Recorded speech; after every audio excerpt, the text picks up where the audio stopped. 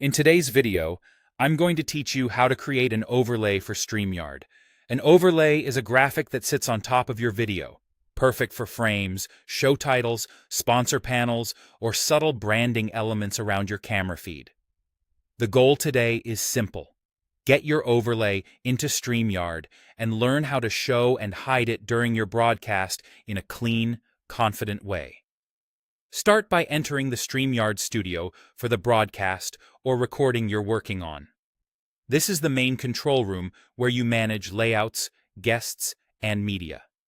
Once you're inside, look to the right-hand panel and open Media Assets. This is where StreamYard stores your brand visuals. Scroll down until you reach the Overlays section.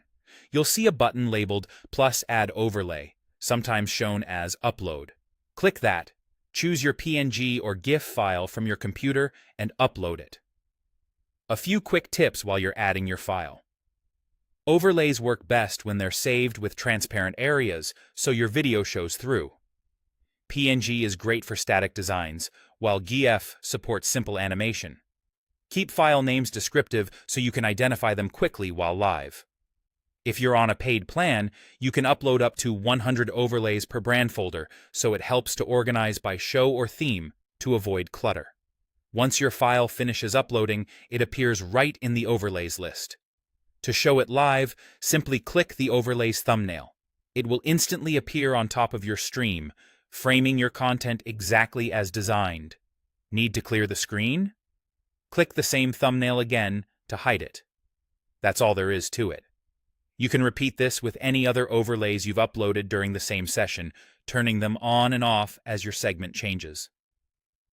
A few best practices can make a big difference. Design your overlay so it doesn't cover your face, important visuals, or on-screen captions. Leave room along the lower third if you plan to display names or banners. If you're using an animated GIF, keep the motion subtle so it doesn't distract your audience.